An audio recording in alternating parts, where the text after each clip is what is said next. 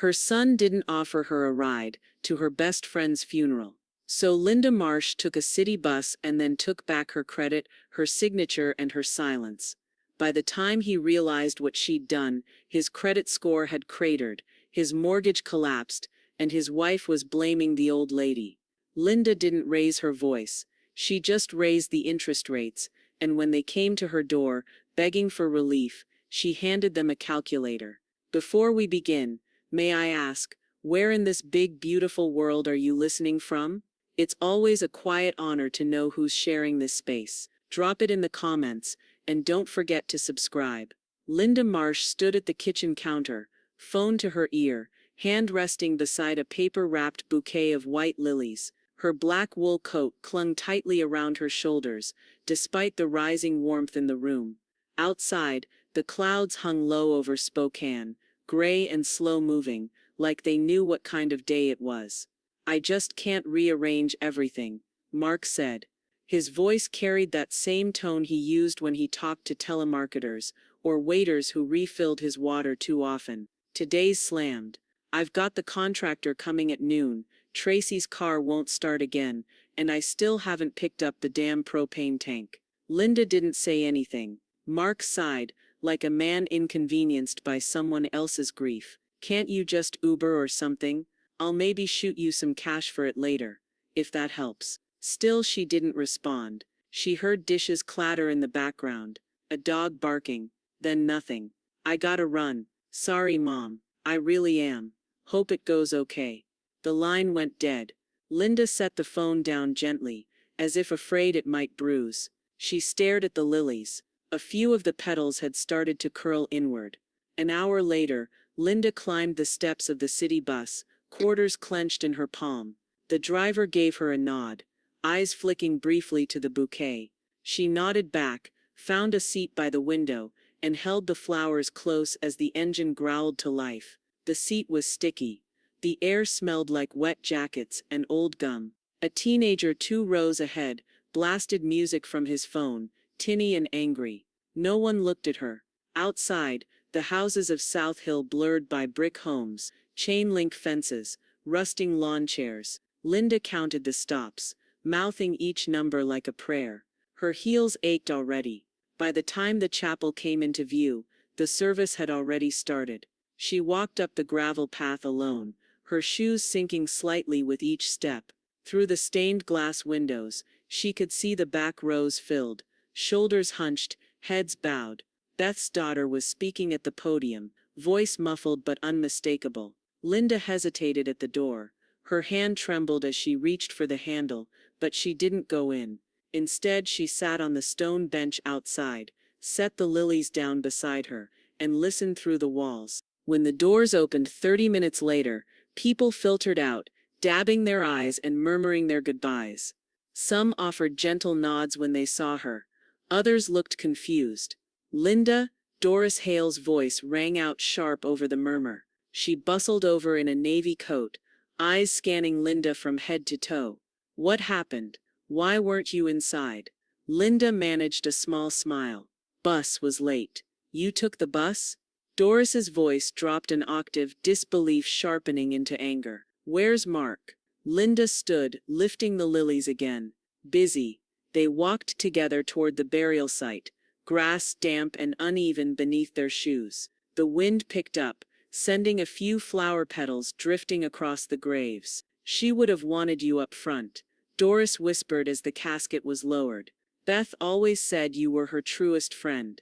Linda didn't speak. She just watched the ground take her friend, and felt something inside her harden, slow and quiet, like frost crawling across a window.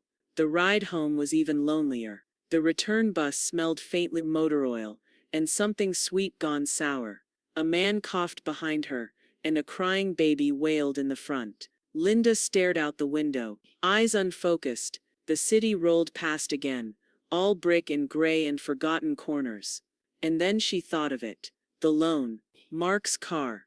The one he drove so freely.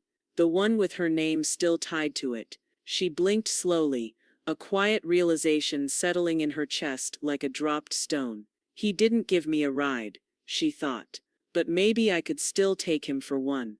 The kettle screamed like it was trying to warn her. Linda lifted it from the burner, hands steady, her breath anything but.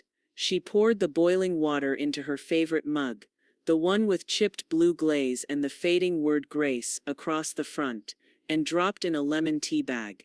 Steam rose in lazy curls, fogging her glasses as she turned toward the desk in the corner of her living room. It wasn't the tea she wanted, it was clarity. She sat down slowly, her knees stiff from the cold, and stared at the stack of manila envelopes, spread across the desk like a map to all the places she went wrong. The top folder was labeled Mark. Auto loan, co-sign, her handwriting, neat, trusting. She opened it. Her name sat beside his on every page. Same address, same signature line. She flipped to the payment schedule. Late once in February. Again in April. 3 times in the past year. Interest climbing like ivy on a crumbling wall. He drove that car like it was his. But the risk? That belonged to her. Linda took a long sip of tea. The bitterness curled behind her teeth. She reached for the second folder, one she hadn't touched in years. Inside were records for 2 store credit cards, both opened during the time Mark and Tracy were trying to build credit. Furniture stores, electronics, one with a flaming orange logo she'd always hated. Her name was on those too. A slow heat rose in her chest. Not grief, that had cooled into something quieter. No, this was different. This was purpose. Just then, a knock rapped against the front screen door. Doris. She let herself in, the way she always did. Snow-flecked scarf, grocery tote in one hand, a look like she'd seen it all and still wasn't impressed. "You didn't deserve that," Doris said without preamble, setting the tote down. "Not 1 minute of it." Linda gestured to the desk. "He didn't give me a ride, but I gave him a signature on nearly everything he owns." Doris peered at the documents, then snorted. "If he treats you like an option, make him a liability." Linda stared at her. "No, really," Doris continued, pulling off her gloves. "That boy's had more grace than most people get in 10 lifetimes. He thinks you're a doormat, but maybe it's time he learned rugs get pulled too." A pause. Linda said nothing, just turned back to the desk and began pulling out more folders. Old tax filings, bank statements, a dusty envelope labeled Spokane Credit Union, ESES for Earl Simmons. She hadn't talked to him in years. Retired same time she did. Stayed in town, still did part-time work at the branch downtown. "I need to talk to Earl," Linda said. Doris raised an eyebrow. "About what?" "About how to make sure that car, and those cards, and whatever else he's hiding, stop dragging me with them." Doris smiled, sharp and satisfied. "Now that's the Linda Marsh I know." Linda picked up the phone, hand hovering for just a moment over the keypad before dialing. It rang once, twice. Then Spokane Credit Union. "This is Earl Simmons." She hadn't expected him to pick up. "Earl, it's Linda Marsh." A pause. Then a warm but cautious chuckle. "Well now, Linda, I figured I might hear from you again someday." "I need to talk," she said. "Not over the phone." There was a rustle of paper on his end, a click of a drawer. "Then I've been expecting this call for years." The bank lights flickered on like stage lights before a final act. Linda stepped inside the Spokane Credit Union, the hush of after-hours calm settling around her. Her heels clicked across the polished floor, echoing against the high ceiling. The smell of paper, toner, and faint lavender floor cleaner filled the air.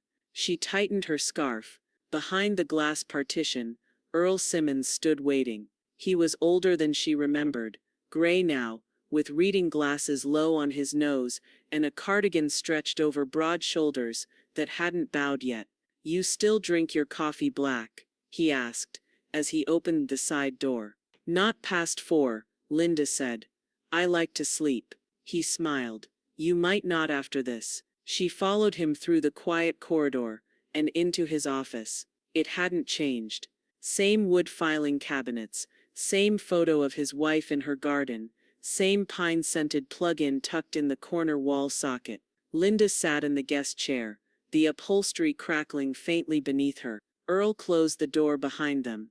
I pulled everything tied to your name, he said, reaching for a manila folder, as thick as a paperback. The auto loan, the 2 store cards, and one other thing you might not know about. Her fingers stiffened around the mug he offered. What other thing? He opened the file and slid a page toward her. A personal line of credit, small one. Originally, it's grown. Linda scanned the paper, her name at the top, in bold, marks below it, in a lazy scrawl, balance $5,312.17, interest 17.99%, last payment, 23 days late. He used my name, she said quietly. Earl gave a slow nod. To build his world, but the foundation, that's yours. She didn't speak, just watched as he printed out the full credit report. Page after page came out, each one louder in its silence than the last. Maxed out limits, missed payments, late fees like moss on rotting wood. Here's the good news, he said, tapping the stack. You're a co-signer, not a co-owner. If you formally remove your name and request detachment, the accounts are forced to reevaluate his standing, not yours. And he can't stop it? She asked. Earl smirked, just a little. It's your signature that tied you in, and it's your signature that can unhook you. Linda leaned forward. What happens when I'm removed? He'll face immediate re-review on creditworthiness, Earl said. That means interest rate changes, possibly account closure, dropped limits, consequences, she finished. He nodded once. Exactly. She reached into her purse and pulled out her reading glasses, slid them on. Give me the forms. He passed her the first stack, crisp and waiting. Her pen hovered for a moment over the first line. Then she signed. 1, 2, 3. Each signature felt cleaner than the last. Each loop of her name another weight off her chest. Earl gathered the forms and set them aside. I'll process these by morning. You'll be off the records within 48 hours. Linda sipped what was left of her tea, cold now, bitter and sharp. She didn't flinch. Want to make this sting? Earl asked. She raised an eyebrow. I didn't come here for a slap on the wrist. He grinned, something calculating in his eyes. Then we won't do it all at once. We'll stagger the removals. Let each one knock him down a peg. Slow enough that he sees it coming, but not fast enough to dodge it. Linda leaned back in her chair. The weight in her chest wasn't anger anymore. It was satisfaction. Then let's give him a show. Linda sat at her kitchen table, the soft hum of the fridge behind her, and stared at the confirmation email from Spokane Credit Union glowing on her laptop screen. Her name, once tethered to Mark's auto loan like a lifeline, was now officially gone. She took a slow sip of her coffee, its bitterness sharp and satisfying. Earl had said it would take 48 hours for the banks to recalibrate. Linda had waited exactly 49. She clicked into her online banking again, scrolled through the linked accounts, most of which were hers, clean and boring, and paused when she saw the spike. Mark Marsh, auto loan payment, plus $97.16. The interest rate had jumped, just like Earl predicted. Linda let out a breath she didn't know she was holding. It wasn't vengeance that filled her chest. It was precision, like tightening a bolt on a loose door hinge. The call came before noon. Linda, Tracy's voice piped through the phone, falsely cheery, wrapped in a strain that made it sound too tight around the edges. Hi. Hey, quick question. Do you know why the car payment is suddenly higher this month? Like, almost $100 higher? Linda cradled the phone to her ear, watching a squirrel dart across the snowy fence line outside. She reached for her tea, and took her time answering. She said. Maybe ask Mark. A pause. Then static. Then Tracy's carefully flattened tone. Right, okay, thanks. Linda hung up before she could say anything else. Later that afternoon, Doris showed up unannounced, wearing a purple coat and an expression that meant business. Put on real shoes, she said, walking in like she owned the place. We're going to Shorty's. You need pie. Linda glanced down at her house slippers. I don't really feel like celebrating. This isn't a celebration, Doris said, grabbing Linda's coat from the hook. It's a toast. The diner was warm and buzzing, forks clinking against ceramic, and the scent of cinnamon and burnt coffee drifting through the air. Doris ordered 2 slices of Marionberry pie without asking. Linda sat quietly in the booth, the vinyl squeaking beneath her. "Tell me," Doris said, leaning forward, "did it work?" Linda opened her purse and handed over her phone. "See for yourself." Doris scanned the screen, then let out a low whistle. "Hot damn, almost $100 a month? That'll leave a mark." Linda smiled slightly. Phase 1. The waitress set down the plates. Linda stared at hers for a moment, fork poised, then tapped the rim of her glass with her spoon. "To first cuts," she said softly. Doris clinked her glass against Linda's. "And deeper ones to come." That night, Linda curled beneath a crocheted throw on her living room couch, the lights dimmed low, her mug warm in her hands. Her house was quiet in the way only a house without dependence could be. No rushing feet, no second-hand drama bleeding down the hall, no one draining her energy, one guilt trip at a time. She didn't feel powerful. She felt clean. Her phone buzzed on the coffee table. Earl Simmons, calling. She picked it up. "You're going to like this," he said. "Tell me." Phase 2 set. "We processed both store cards. Letters went out today requesting credit reevaluation." Linda's fingers tightened around her mug. "Both? Every last dollar he got because of your name is now under scrutiny." She could hear the faint click of keys in the background. Earl was still at the office. "God bless him. And if you're wondering," he added, voice dry, "yes, phase 2 will hurt more." Linda leaned back into the couch, a small smile curling at the corner of her mouth. "I'm counting on it." There was a kind of silence that followed destruction. A hush that waited just before the fallout hit. Linda felt it sitting at her dining table, the early morning light spilling through the blinds like slanted judgment. The only sound was the rustle of the envelope. As she opened it, final detachment acknowledgement, revolving credit accounts. Earl had sent it by courier instead of email, at her request. She wanted the paper in her hands, something she could file away, touch, and if need be, burn.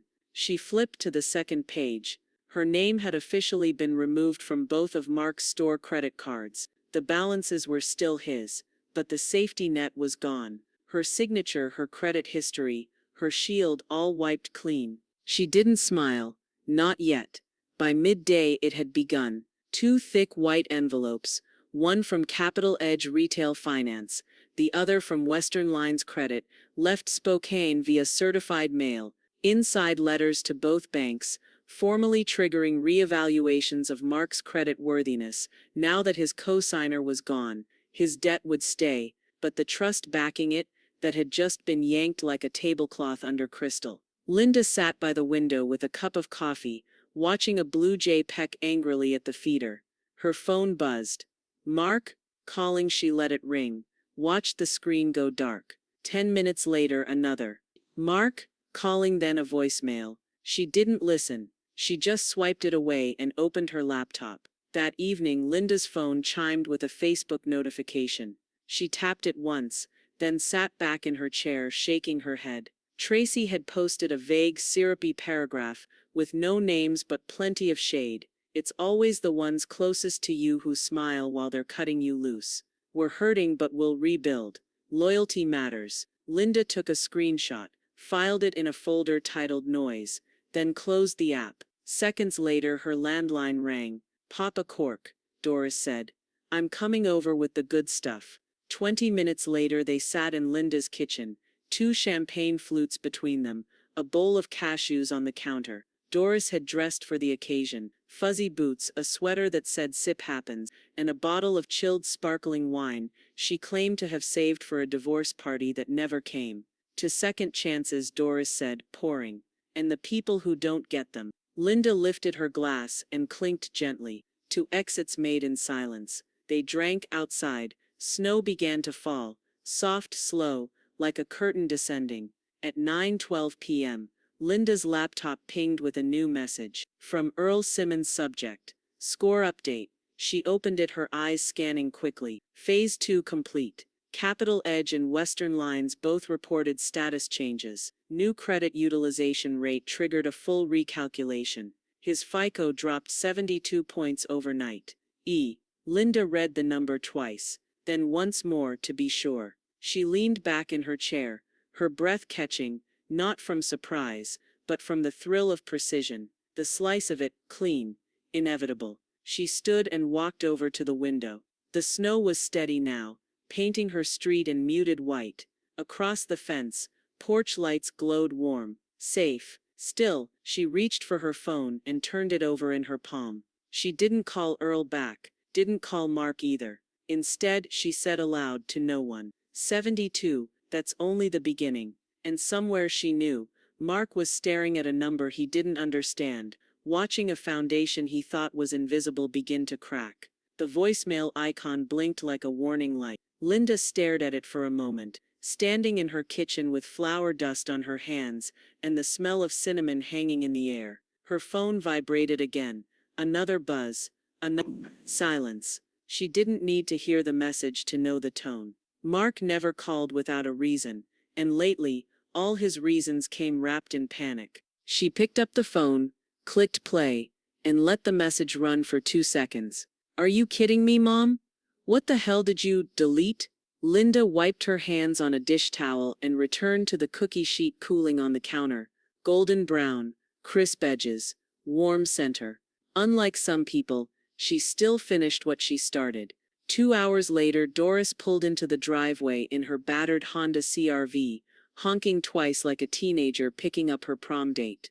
Linda stepped outside with her coat zipped high and a sense of purpose under every step. Ready to treat yourself? Doris asked as Linda climbed in.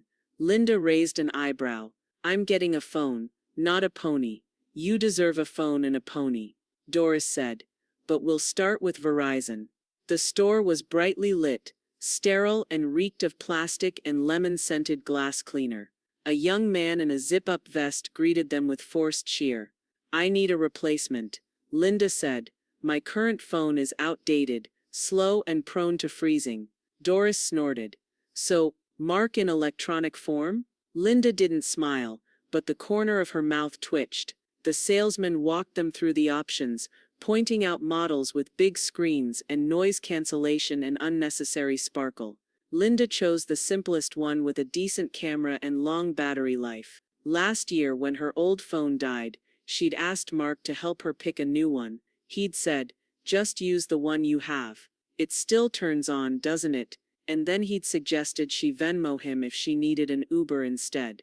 She paid in full today. In cash.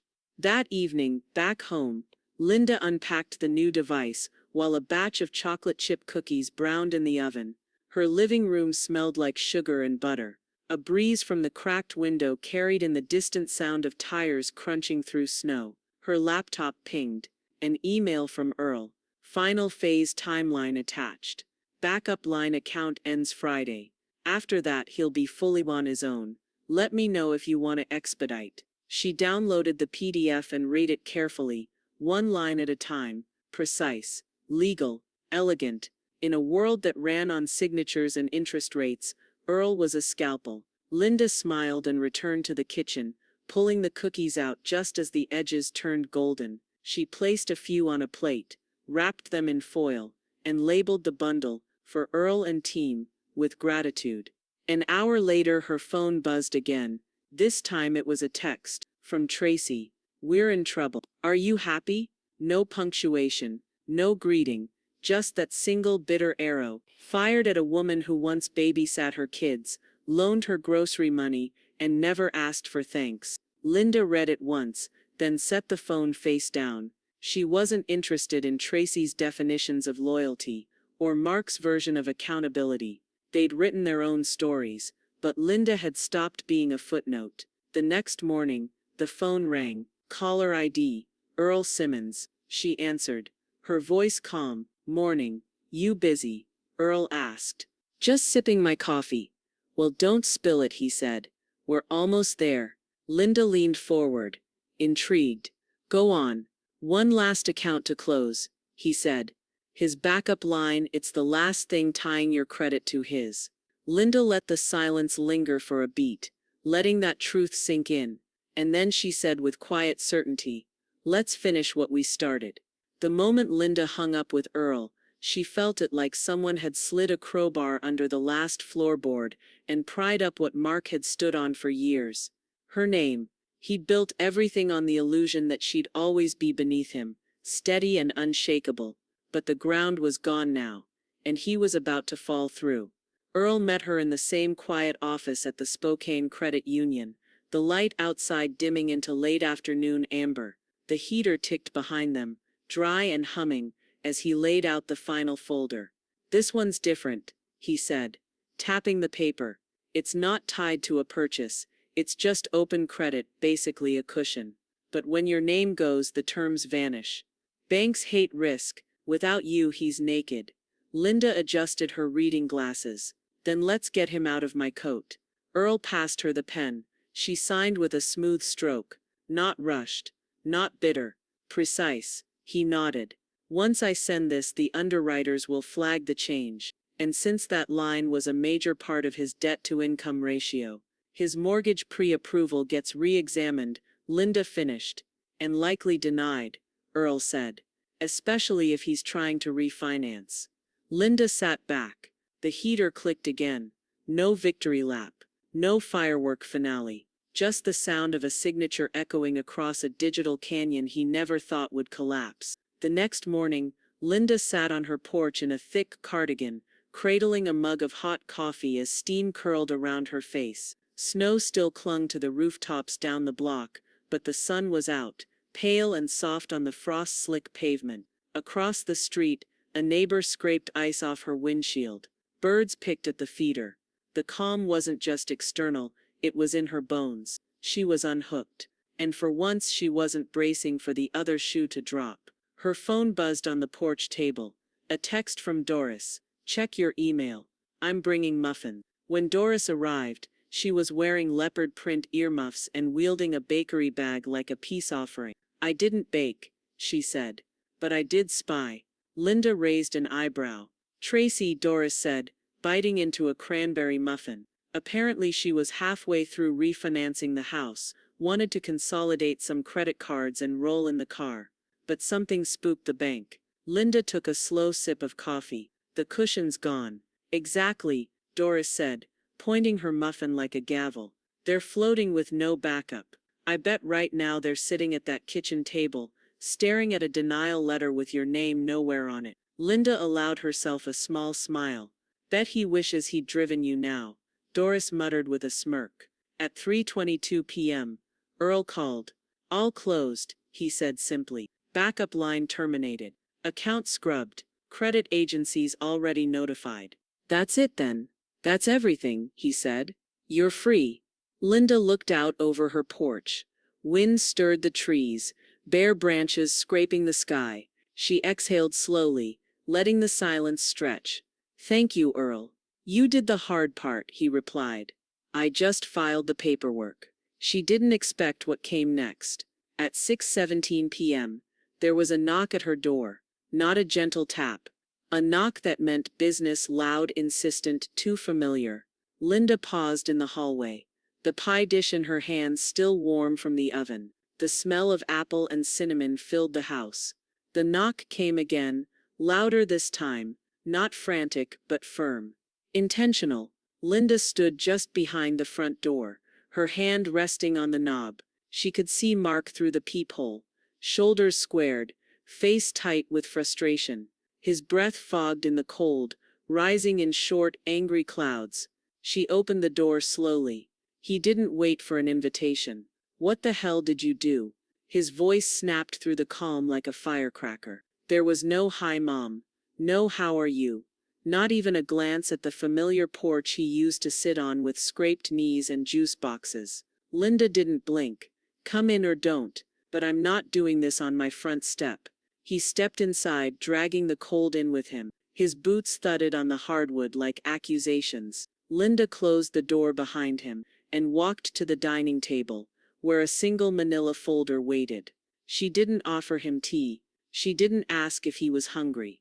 "I'm assuming this is about your credit," she said, Calm as Sunday morning. Credit, Mark scoffed. Try life. The car's interest jumped. My refinancing fell through. I got an email that my available credit's been slashed, and Tracy's parents are asking if we're okay. What did you do to me? Linda slid the folder across the table without a word. Mark opened it.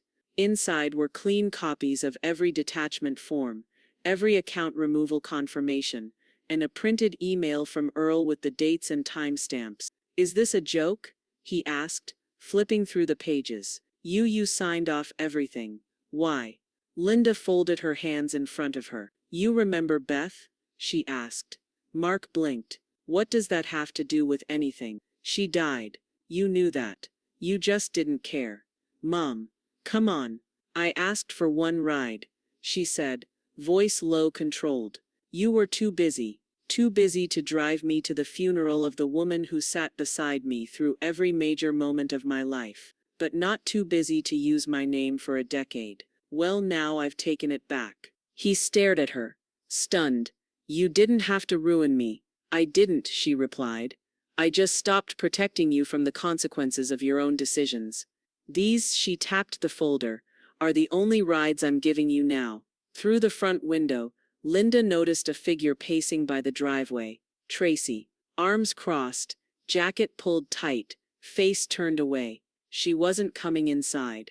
Linda walked to the doorway and opened it slightly. You can come in if you'd like, she called. Tracy barely turned her head. I'm fine.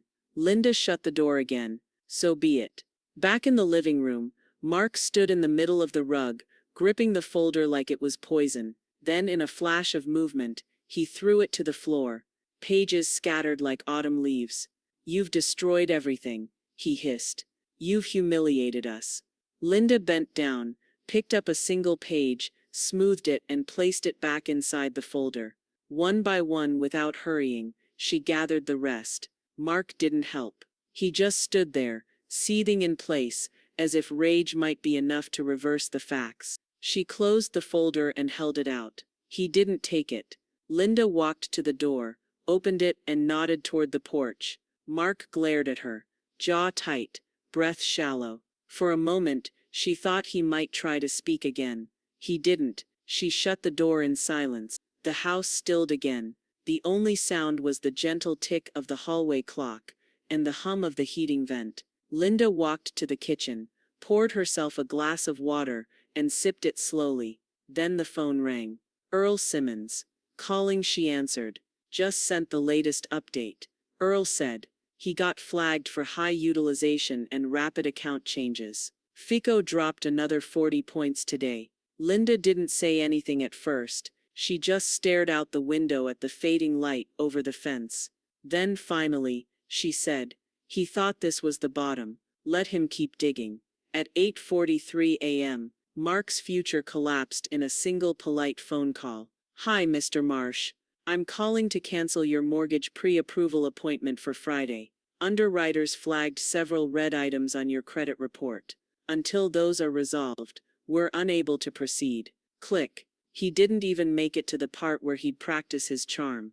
The mortgage, his so-called fresh start, was off the table. Linda didn't hear it from him. She heard it from Doris, who heard it from Margot at the diner, who heard it from her niece who worked part-time at Centennial Realty. Word traveled fast in Spokane. The repo truck came the next morning. Linda saw it from her kitchen window, steam rising from her coffee mug as she stood barefoot on the tile. Down the block, parked outside Mark and Tracy's townhouse, a silver flatbed idled in the street. She didn't look away. Two men got out, exchanged a clipboard, and quietly loaded Tracy's SUV.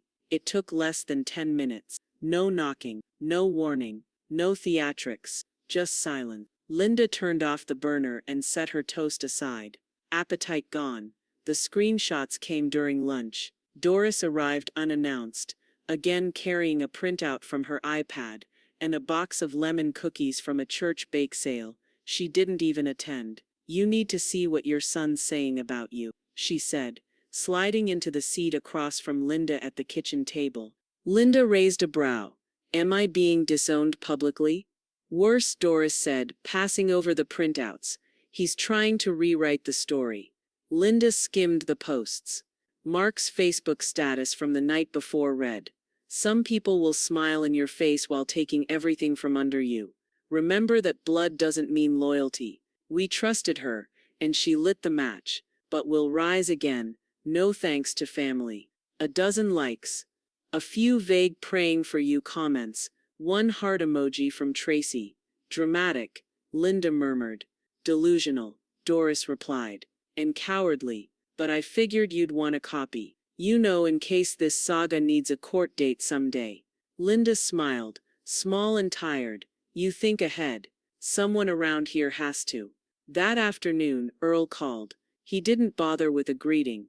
130. Linda blinked. "What?" "His credit drop. Total impact so far 130 points," Earl said. "He's in a new bracket now. Higher risk, lower trust. His files being flagged internally. He won't qualify for anything above a toaster." Linda leaned back in her chair, staring out at the backyard where Beth's daffodils had begun poking through the frost-hardened soil. "Good," she said. "Then maybe he'll finally stop trying to build castles with borrowed bricks."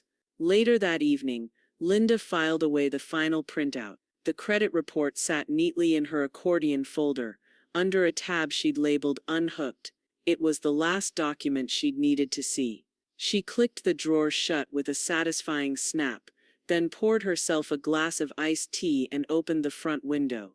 The wind was soft, carrying the scent of pine and distant chimney smoke. For the first time in weeks, her shoulders sat level. She had no plans for tomorrow, and that in itself felt like freedom. Then the landline rang. She almost didn't answer it. Almost. "Hello? Linda, this is Cheryl, Tracy's mother." Linda straightened. "Hi, Cheryl. Everything all right?" There was a pause. Then a man's voice chimed in. "Russell, Tracy's father. We just got off the phone with Mark," he said carefully. "He told us you sabotaged their finances, that you intentionally removed your name from their accounts to ruin their home purchase. Is that true?" The air in the room shifted. Linda didn't respond right away. She walked slowly to the window, watching the porch light flicker to life. "Let me ask you something," she said finally. "Did he tell you why I did it?" Silence.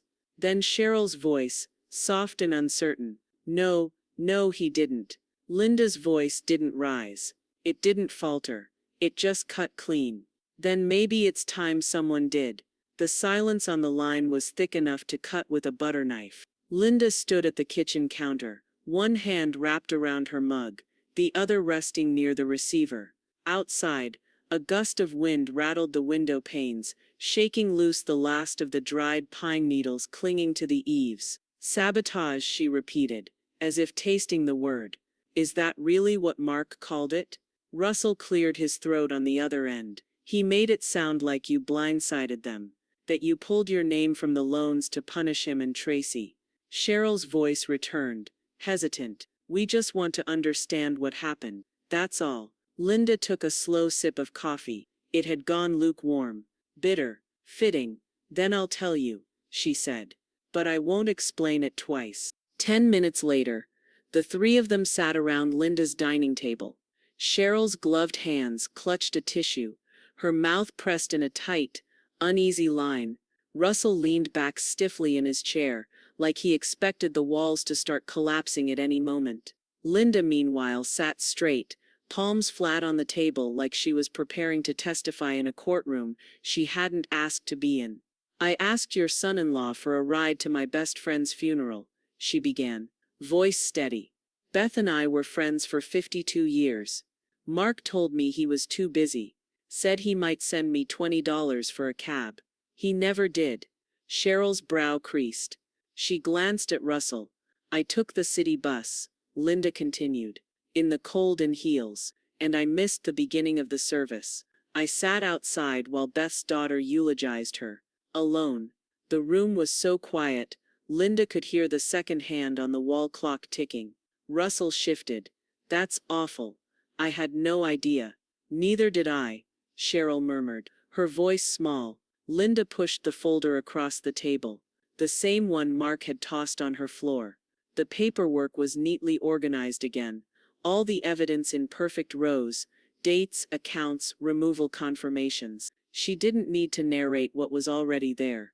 She let it speak for itself. When Cheryl reached the page detailing the co-signed backup line of credit, her mouth opened slightly, but no sound came out. Linda leaned forward. He had me tethered to 5 accounts. 5.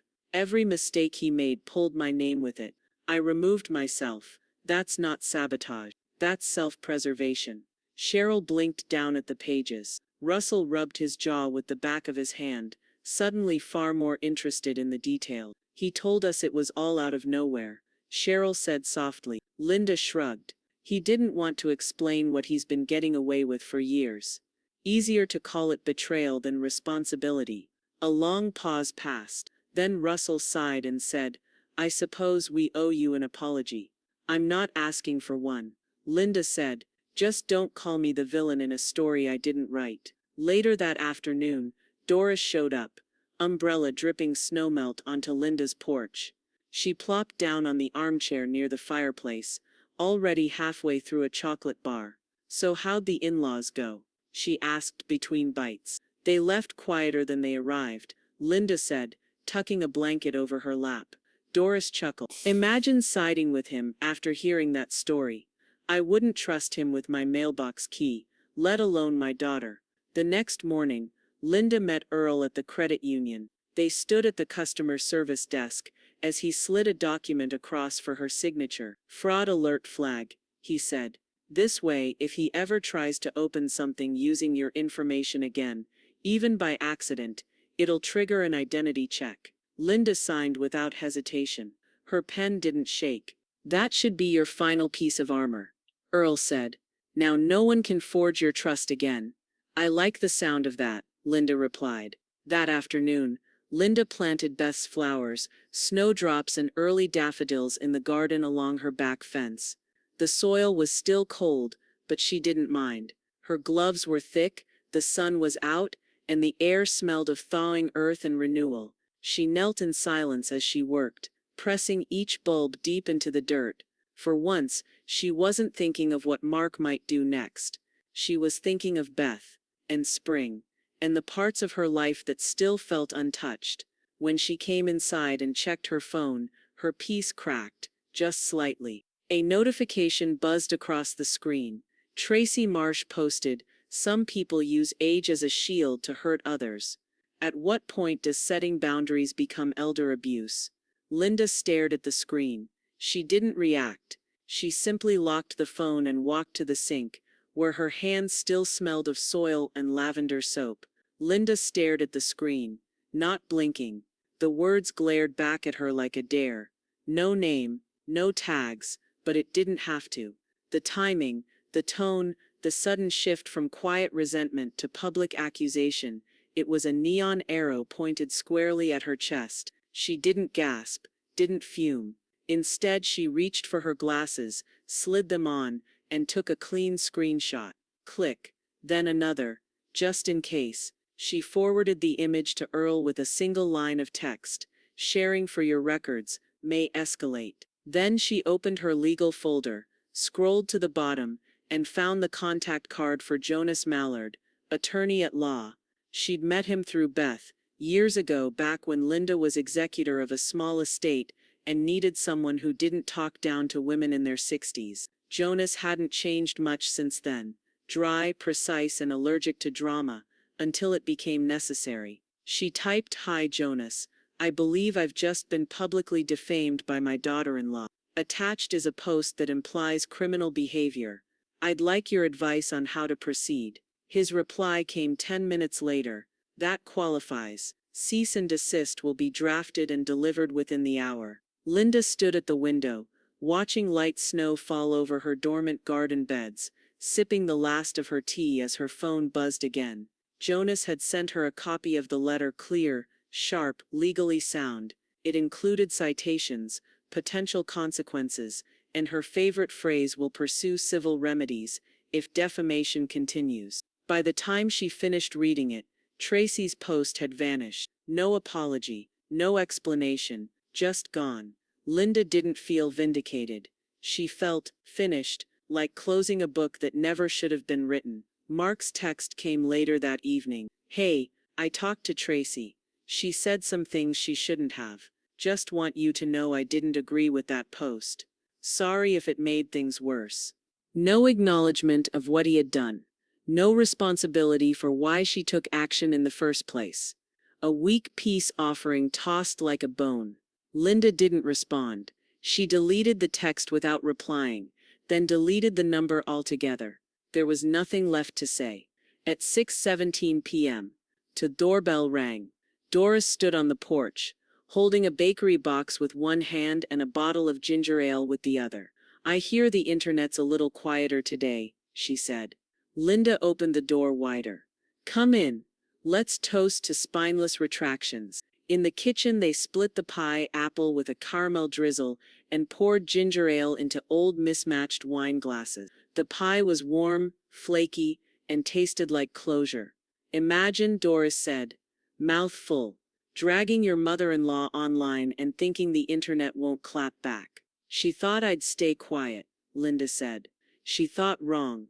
After Doris left, Linda lit a candle on the kitchen table, lavender and cedarwood, and sat down with her laptop. An email from Earl was waiting. Just confirmed all financial ties are fully severed. All accounts detached. You're officially free and clear. Keep the copies for your files, but as of today there is no financial tether to Mark Marsh. Linda opened her file cabinet and slid the last copy inside. It felt like locking a vault. Then the phone rang. Jonas, she answered, already knowing his voice by the rhythm of the call. I have a thought, he said. Strictly optional but worth considering. I'm listening. If you want to go further, we can flag him on tenant screening networks. Make it difficult for him to rent high-credit properties or pass standard background checks. Totally legal. Just a matter of submitting the right documents. Linda didn't speak right away. She walked to the front window and looked out at the porch where Mark once stood demanding answers, where Tracy refused to enter. Where now? Only footprints in the snow remained. Do it, she said. Jonas chuckled. Figured you'd say that. Some locks don't need keys. Some are built from silence, consequences, and the firm refusal to open the door ever again.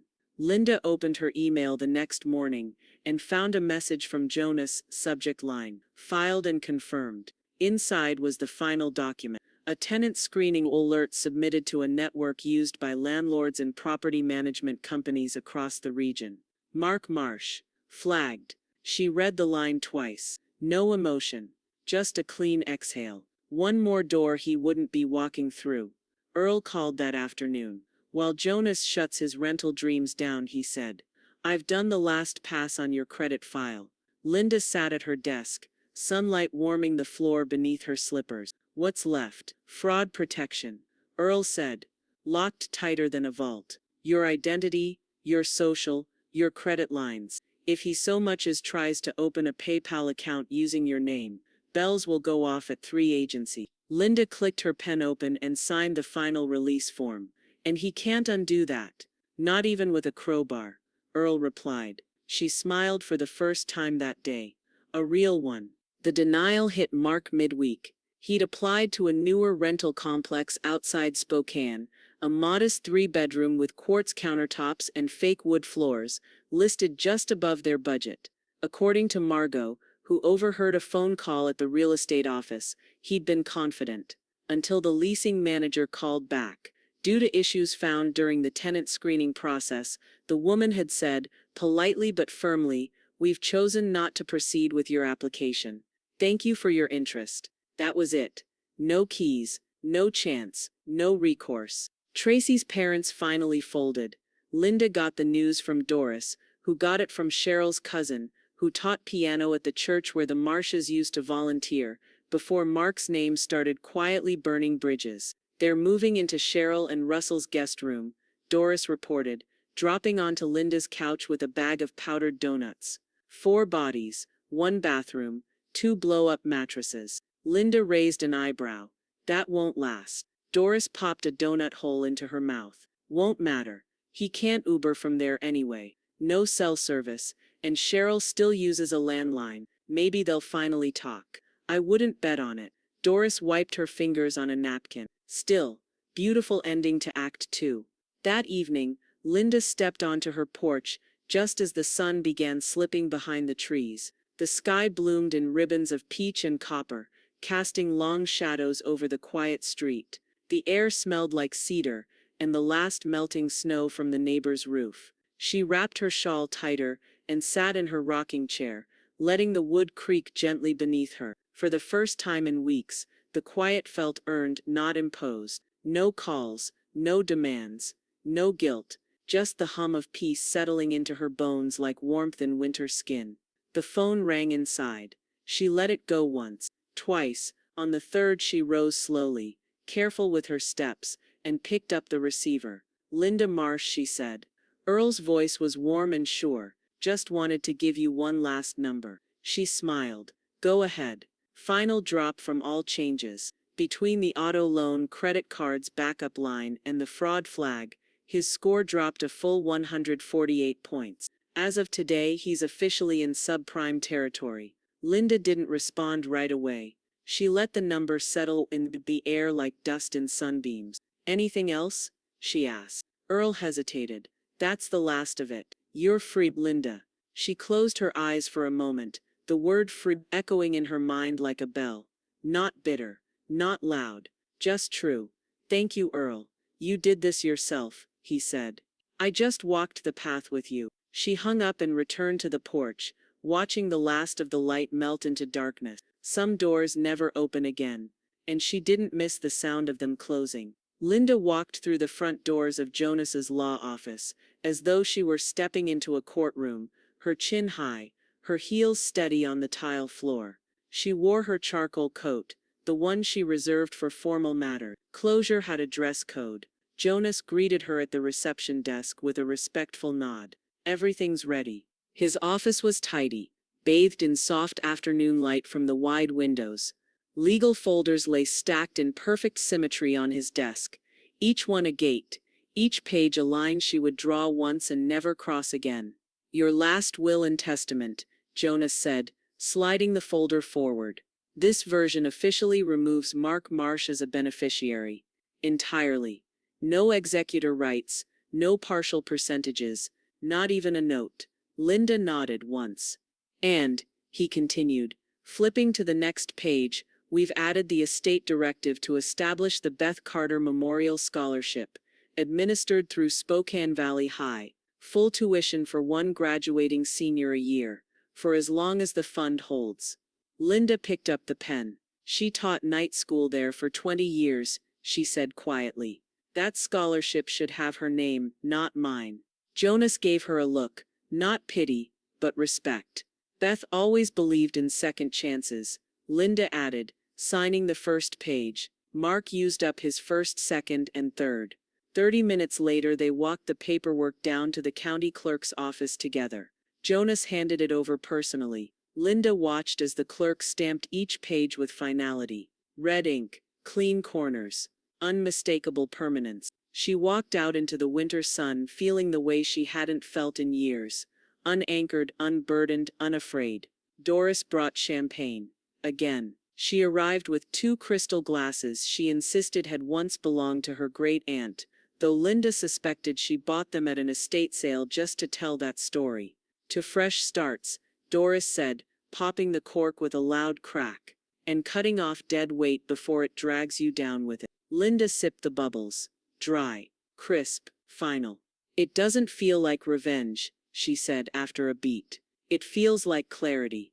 Doris tapped her glass to Linda's. "Same difference." That evening, Linda lit a candle in the hallway alcove where Beth's photo now stood framed. The photo was from a summer barbecue 10 years back. Beth in sunglasses, hair wild in the wind, laughing at something Linda couldn't even remember. But she remembered the sound. "I hope you'd be proud," she whispered.